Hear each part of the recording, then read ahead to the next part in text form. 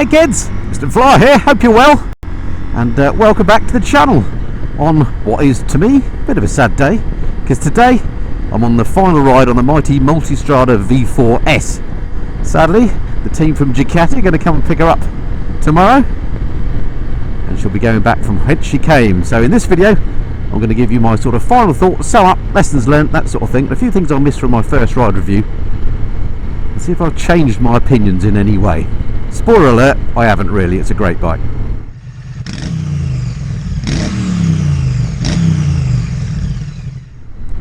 So welcome back folks, and welcome to another lovely day here in South Buckinghamshire. I say lovely day, it's a little bit cloudy, it's about 14 degrees. But I've got the heated seat on, I've got the heated grips on, and I'm comfy as you like on the Multistrada. This is one of those rare bikes that, you know, when you ride a lot of bikes, you quickly learn what sort of bikes you like, what you don't. Some are just a bit meh, some, even though they on paper are lovely, etc., you're not that worried about. But this one, I have to say, I've really kind of fallen in love with. And at the end of my first ride review, I said I thought I'd rather have one of these than a UGS, the 1300, and I stand by that. This is everything that I'd want from an adventure bike at the moment. If I was in the market for a new adventure bike, I think I probably would go for this. There are a few standout features that make it really good. Number one, the engine is just amazing on this. Near enough 170 brake horsepower, so if you weren't stuck behind a Ford Fiesta, you can have a great deal of fun on this bike. It's a naughty machine if you want it to be, but also it's dead easy to ride, you know, really simply and sensibly. It doesn't complain at slow speeds like this. Here we are, look, 49 miles an hour, absolutely fine in fifth gear, not complaining at all. In fact, look, there's a chance to turn on that radar cruise control, which I absolutely love. I'll set that, there we go, I'll set that, look, at 55 miles an hour just to prove that it's working on this Ford Fiesta. Look, we're coming into a 40 mile an hour zone. Is he going to slow down? Well, not particularly, but we're doing an indicated 43 now, look, even though the cruise control is set at 55. I absolutely love that. Lots of people say, why do you need cruise control at all on the bike? Well, if you're going to go touring, trust me, hello sir, cruise control is really, really handy. It's also handy if you're stuck in traffic queues and things like that. Look at this. I can also change gear, look, I'm changing down with the quick shifter, and still the cruise control remains on. Really great system, that radar cruise control. That's something I love, and that coupled with the blind spot monitoring on here, really got used to having that, and I really like that. I like the fact that the bike is quite easy to live with. It's got that auto lowering on this machine. This is the V4S, and for me as a bit of a shorty, that makes it really easy to live with. I can get on and off of it easily. I don't feel ponderous when I come to a stop. Yeah, once I get moving like this and it raises up, it does it imperceptibly. I don't even notice that it's doing it. It's an easy bike to live with. I like that.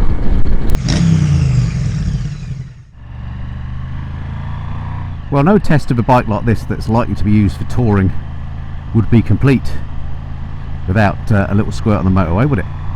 So let's have a little black down the M40 and see how we go. Loving this blind spot detection, it's fantastic.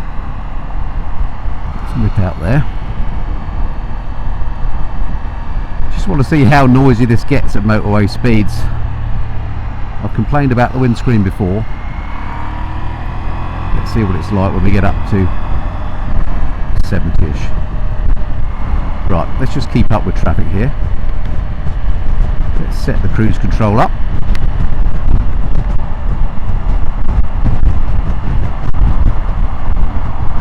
Right, there we go. I've set the cruise control up actually for 78, but we're not doing even 70. Look, I'm doing 67 following this traffic.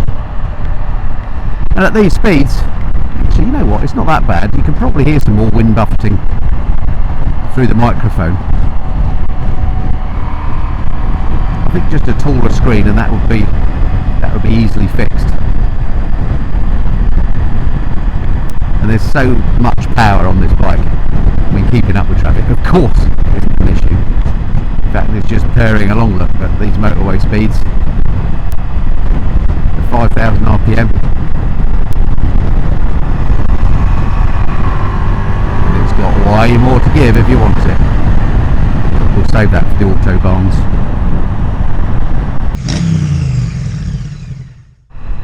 Something I did try and set up for this video, but ended up giving up, was the integrated, multimedia, where you hook your phone up to the system, and you get navigation, music, all that sort of thing. Well, one look at the app that you download on the App Store, it tells you all you need to know if you read the reviews of the app on there. People complaining that it's difficult to use, that it's not very intuitive, that it drops out all the time just when you need it. Absolute nightmare. So I don't think I will bother with that, and I've yet to find a connectivity system with your phone built into a motorcycle that works properly. What I'd do if I had one of these is buy myself something like the Aichi C5. I don't know if you've seen those. They're the little CarPlay gadgets. They're absolutely amazing.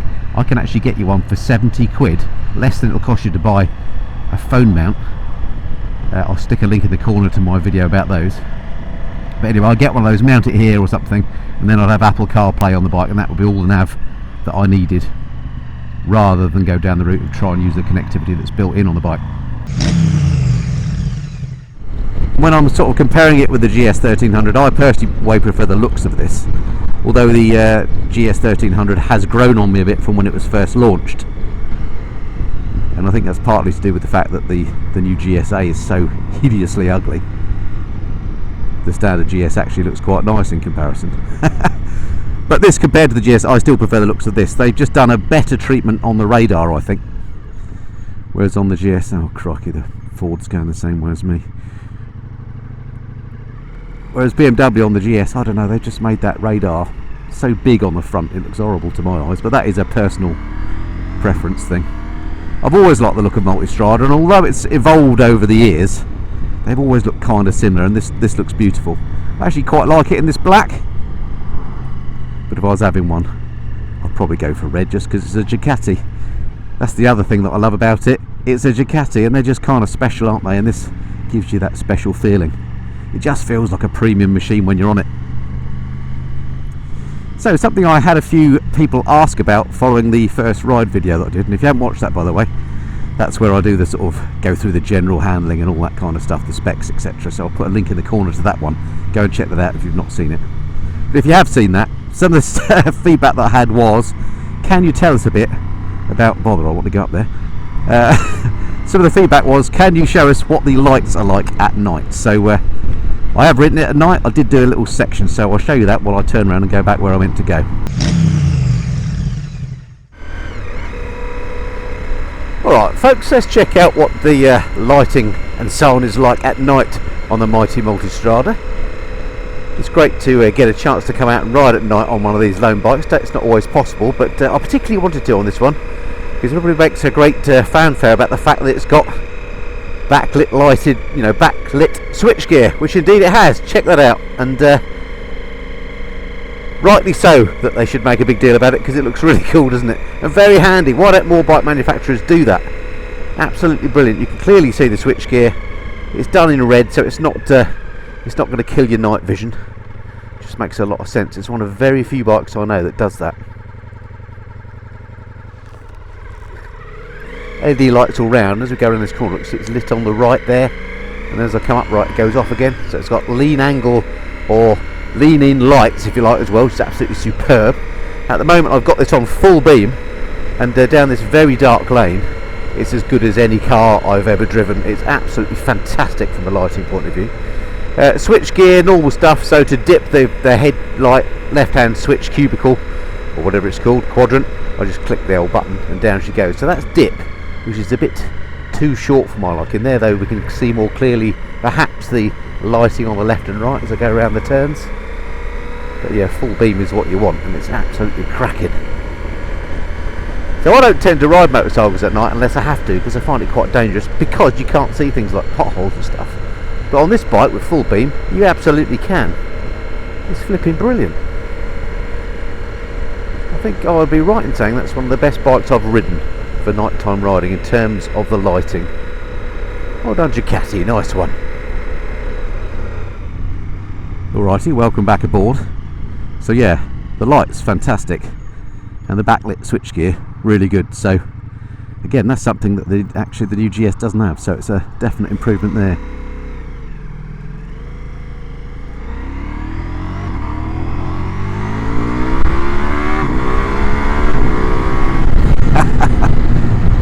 What a machine. Absolutely flies when you want it to. Which would be what would make it so good as a touring machine, because you can, you know, plod along on the motorway to get to the Alps or whatever, stick the cruise control on. It's comfy, it's spacious. You can have a relaxing ride down to the Alps, and then when you get to the twisty roads or wherever you're going, you can have a load of fun on this bike and really exercise what it's got to offer. Right, I'll try and not miss my turn, because I want to go up here. This is towards somewhere called the Hellfire Caves, which have a torrid history. Up here, cut into the side of this hill, we'll pass the entrance in a minute, is where the Hellfire Club used to meet. And back in the day, it was where people of power, MPs, mayors, local dignitaries used to get up to all sorts of shenanigans. It's just in there. There's a little tea shop there as well, worth a visit in its own right. And they're quite interesting when you get in there. It's worth a visit if you're ever in this area. This is West Wickham, by the way. Anyway, I'm climbing up to the top here to prove that I can do off-road on the Multistrada. Not something I've tried before, so that could go horribly wrong.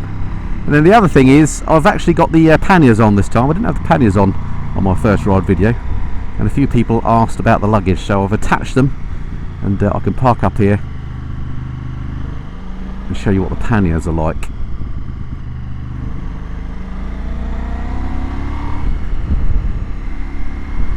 Adventure bikes are great, aren't they? You can go anywhere on them and you don't mind, you don't feel like you're going to get into trouble. By which I mean, you know, little nadgery roads, gravelly bits like this, whatever. They can do it all, he says, hoping not to fall off. Right, I'm going to park the bike here because there's a rather splendid view, and also I'll be able to show you the panniers. Speak to you in a sec. Okay folks, let me show you the panniers on the V4 then. They're pretty good actually. Some panniers are really fiddly, aren't they? But these are sort of, I'd say, mediocre. They're not super easy. Well, they're easy in some ways and they're fiddly in others. So here they go. They're not particularly big. One thing to mention about them is they're on one of those sort of movable mount things. So they do sort of slide in and out like that, so that when you're going at speed in the airflow, they don't get all upset. That's something to do with airflow, I'm sure, anyway. But anyway, to open them up, you use the key. You flick out this little bit here. You have to go to open. And then it's one of these weird catches, which can be fiddly, particularly one-handed. Sometimes it helps if you close them a bit. You sort of lift and do it like that, and there we go. It's quite small. You're not going to get a helmet, certainly not in that side. If we go to the other side, open that one up, same affair, sort of lift, and there we go, and there's my camera case. You might get a helmet in there, I think. But anyway, there we go. They're not absolutely massive. If you're travelling on your own, then I think there'll be loads of room in there for you. But if you're going with a pillion and you're going away on a European tour, you might want a top box on the back as well, I would think. But yeah, I would say they were sort of middling panniers. They're very easy to take on and off, that's the other thing. They mount here just on a couple of holes that are on the back here. In fact, let me show you that as well. I'll do it on this side because I've got the key in that one already. There we go. If we put that back in there, like that, you lift this handle, you pull that bit like that, and they literally just lift off. I mean, how easy is that? No messing about, and they just go into those lugs there. So yeah, overall I think the panniers are a hit. Could just be a little bit bigger. I think I'd add a top box as well. I'm not actually sure whether Ducati make an official top box for it or not, but there'll certainly be aftermarket options if they don't. Okay, let's get this show back on the road then. Let's have another last little look at that animation. I love it when this starts up. Never gets old to me, this. I know it's a bit sad, but I do like the way it draws that. You don't have to wait for it to all do that, by the way. You can just start the bike up immediately. It's not compulsory to sit and watch it like I do. Alright, let's get me big girl's pants on then and attempt to get off this rather gravelly car park. This is where I famously dropped my GS once on an icy day, in that very puddle just there, I think. Chance to try standing up on the pegs just to see what she's like balanced if you're going to do gravel tracks or whatever. Very nice indeed. Nice big tank that you can grip between your legs. Feels lovely stood up. And whilst I'm certainly no off-road rider, I'd have no qualms taking this on the odd gravel trail, which, let's face it, is partly what it's designed for. Multistrada and all that, meaning many streets, I assume. Goodness knows where I've come now, but it's all very lovely in this fantastic light today. But again, goes to show you can take these bikes anywhere, it doesn't matter where you go. It's unlikely to throw up something that you don't want to go down. Right, oncoming vehicle. Thank you, sir. Something I forgot to mention, I think, in my first ride review and in this sort of summing up. Something else I like about it actually is things like the heated seat and the heated grips. Once you turn them on, the bike remembers that when you then turn the bike off and turn it back on again, which I like. It saves you having to go through all the menu system again. Some bikes kind of forget what settings you had them in. My Kawasaki Z900 RS, for example, you turn the grips off on that and then turn the bike off, and you forget until your hands are really cold after the next time you've started her up. No such problems on this. Yet another tick in the box for the Ducati. Oh, one absolutely beautiful day to be out on the bike. So yeah, I guess the big advantage of this bike to me, and I mentioned it before, is that it is very easy to live with. I particularly like that lowering feature, as I mentioned. It's quite easy to navigate this lovely TFT, which is nice and clear and intuitive. Switch gear all kind of makes sense. You don't have to read a manual to understand how it all works. I like that about the bike. Blimey, the wheel was off the ground then, you see that? Thank you, sir. Riding at slow speed like this, it sounds a bit wimpy.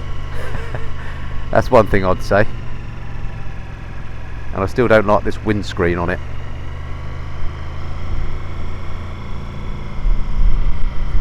I'd definitely get a touring screen or a little flippy uppy bit if this was my bike. But once you get a move on, she sounds absolutely great. Anything coming up and behind. So cheerio to Apex Roofing Limited. Now she sounds good. Not get carried away though. It is only a 50-mile-an-hour limit, sadly. So yeah, this is one of those rare bikes that as a vlogger I get to ride lots of bikes, and only one or two ever strike me as being really lovely and maybe a bike that I'd like to own, and I actually ride more than I need to. Often I just have a review bike in, I'll go and review it, I'll sort of sum up my thoughts, and that's pretty much it. But in the case of the Multistrada, I've been itching to come out and ride it again. It's just a nice place to be. It's comfy, it's powerful, it stops and goes well, it looks nice, makes you feel special. And if I was in the market for a brand new adventure bike, you know, I think this would be the one I would go for, because it's got everything that I want on it. Very expensive, of course, particularly if you have the luggage. You're looking at 24 grand-ish. But then I guess that's the same with the GS, the 1300 GS, if you were to spec one of those up in a similar manner. I am a huge fan of the older GS, the 1250. Would I have one of these over that? Well, I've kind of tussled with that one. I think yes I would, ignoring the fact that obviously you'd have to get a second-hand 1250, so it'd be considerably cheaper. But the fact that this has the blind spot monitoring and the radar on it, the 1250 doesn't have that, and also the auto lowering, means that this becomes easier to live with. If you're a smaller fella like me, I find the 1250 quite heavy to move around, even though the centre of gravity is nice and low. On this, at last, it doesn't feel top heavy. When I was in the market for an adventure bike about 12 years ago, I ended up buying my GS, but I test-roaded a Multistrada at the time. Test-rode one at the time. Videos are on my channel still for 10 years plus ago when I did that. And although I love the Multistrada, it was just felt top heavy. Well, that's all gone now. It feels lovely and light and flickable when you're on the move, and it ain't an issue for a shorty getting on and off with that auto lowering feature. So as you've gathered, big tick in the box all round for the Multistrada V4S from me. I've thoroughly enjoyed having it, so thank you to Ducati UK for lending me the bike for a couple of weeks. Hope you found the video of interest. Thank you for watching as ever, and I look forward to speaking to you again soon. Until then, this has been the Whistle & Fly. Cheerio.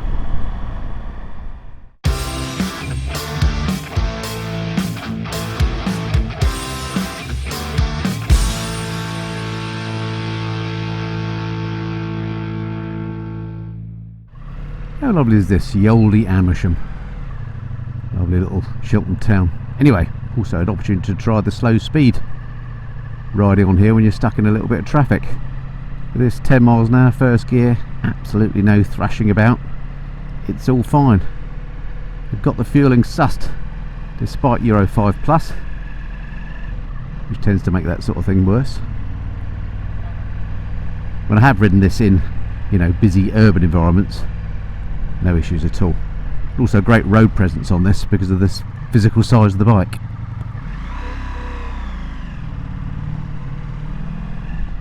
Where's that?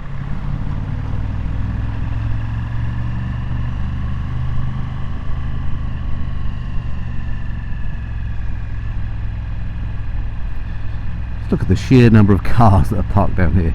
I can't imagine that this town has changed much in quite a few years. There's certainly nice McLaren. Certainly cars have changed its complexion, haven't they?